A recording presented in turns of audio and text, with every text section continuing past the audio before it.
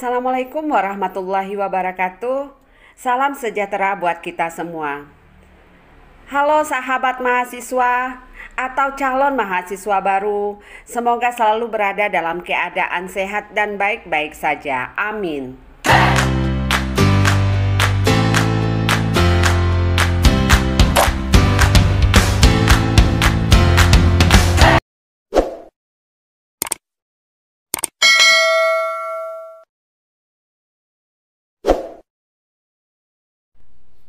Pasar persaingan sempurna adalah suatu struktur pasar di mana terdapat banyak penjual dan banyak pembeli.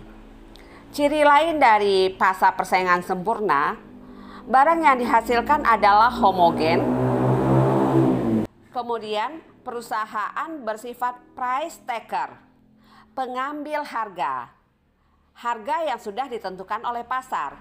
Jadi perusahaan tidak bisa menentukan harga. Selanjutnya, free entry and exit. Perusahaan bebas keluar masuk pasar. Pasar monopoli adalah suatu struktur pasar di mana terdapat hanya satu orang penjual saja dan banyak pembeli. Ciri lainnya adalah barang yang dihasilkan itu adalah berbeda coraknya. Kemudian, perusahaan bersifat price maker, penentu harga. Jadi perusahaan bisa menentukan harga sehingga akan berpengaruh terhadap kurva demand-nya yang berbentuk inelastis. Selanjutnya ada hambatan untuk masuk ke dalam pasar. 3, 2, 1, jump! Yuk, sekarang kita simak pembahasan perusahaan mengalami kerugian pada pasar persaingan sempurna dan pada pasar monopoli. Baik, sekarang kita akan membahas perusahaan mengalami kerugian pada pasar persaingan sempurna dan pada pasar monopoli.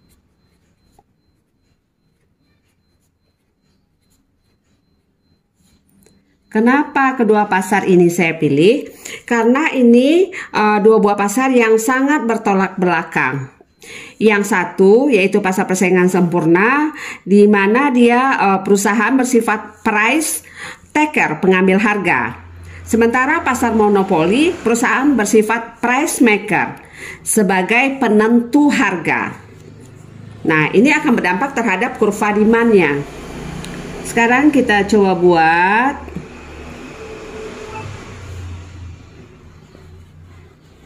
Ini sumbu vertikal melambangkan price, cost, dan revenue. Jadi PCR, ingat aja pacar, PCR, price, cost, dan revenue, titik origin.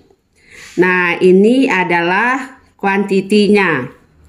Kemudian kita buat juga kuadran yang sama pada pasar monopoli. Sumbu vertikal melambangkan price, cost, dan revenue. Sumbu horizontal melambangkan jumlah produksi atau Q, singkatan dari quantity. Nah, seperti biasanya kita buat kurva AC. Jadi biasakan tangan Anda membuat kurva ini. Kurva AC seperti huruf U. Di bawah kurva AC ada kurva AVC. Yang semakin jauh dari titik origin ya semakin merapat dengan kurva AC. Kenapa makin merapat? Karena selisih antara kurva AC dan kurva AVC ini menunjukkan besarannya biaya tetap rata-rata. Semakin besar produksi, maka biaya tetap rata-rata akan semakin kecil. Ini nggak perlu saya ulas lagi karena sudah kita bahas pada materi sebelumnya. Kemudian AC dan AVC selalu dipotong oleh MC pada titik minimumnya. Nah, udah selesai kurva AC, AVC, dan MC. Nah, sekarang kita buat kurva demand-nya. Seperti yang kita ketahui, perusahaan pada pasar persaingan sempurna bersifat price taker, pengambil harga. Dia mengambil harga yang sudah ditentukan oleh pasar. Nah, seandainya harga yang ditentukan oleh pasar adalah OP bintang, maka perusahaan harus ambil harga OP bintang ini. Nah, kita lanjut lagi ya. Kita udah dapatkan harga jual barangnya itu adalah OP bintang. Ingat ya, ini adalah kurva demand perusahaan. Ini perusahaan ya, bukan pasar ya. Ini perusahaan, ini juga perusahaan.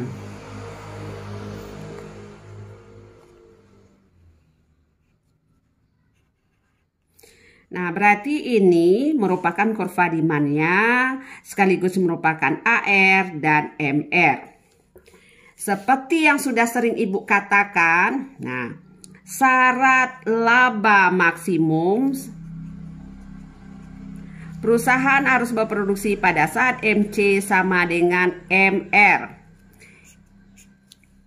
Mana MC? Nih kurva MC. Mana MR? Nih kurva MR. Kapan dua buah kurva kita katakan sama? Apabila kurva tersebut berpotongan.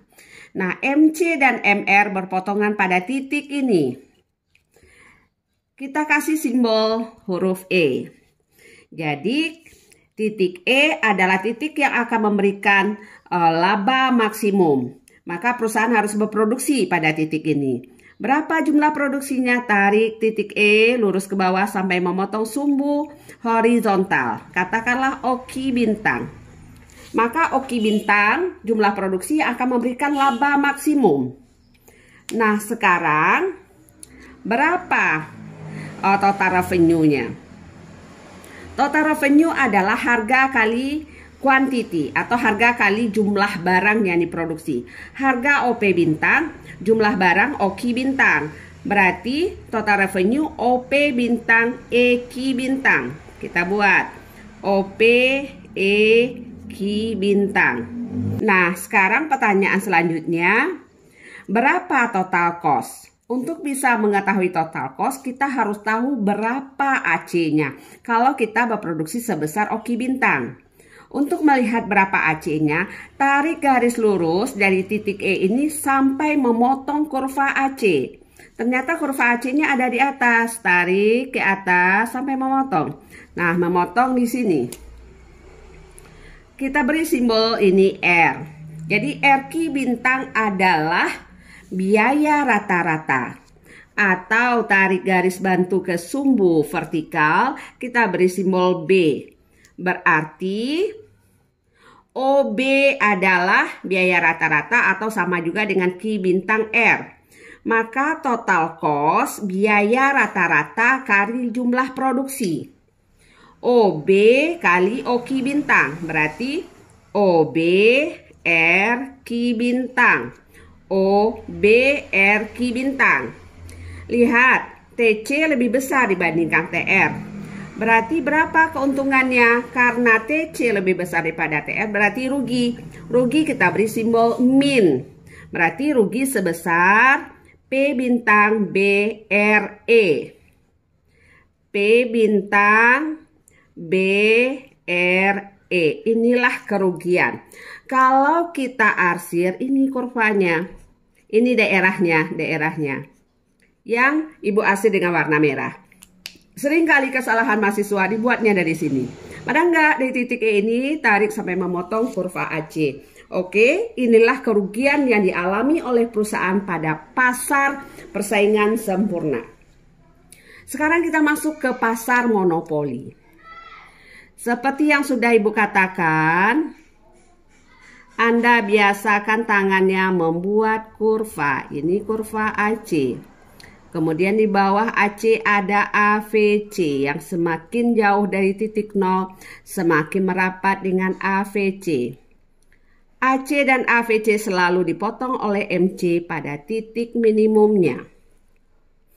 Nah, karena pasar monopoli perusahaannya bersifat price maker, penentu harga, maka kurvanya mempunyai elastisitas yang bersifat inelastis. Inelastis itu curam kurvanya. Nah, ini kurva demand sama dengan AR. Sekarang kita buat kurva MR. Kurva MR selalu berada di bawah kurva demand. Pertanyaan selanjutnya, berapa jumlah produksi yang akan memberikan laba maksimum? Cari MR, cari MC. Ini MC, ini MR. Nih, dia sama dengan sini. Karena syarat produksi yang akan memberikan laba maksimum adalah berproduksi pada saat MC sama dengan MR. Katakanlah ini titik E. Berapa jumlah produksinya? Tarik ke bawah.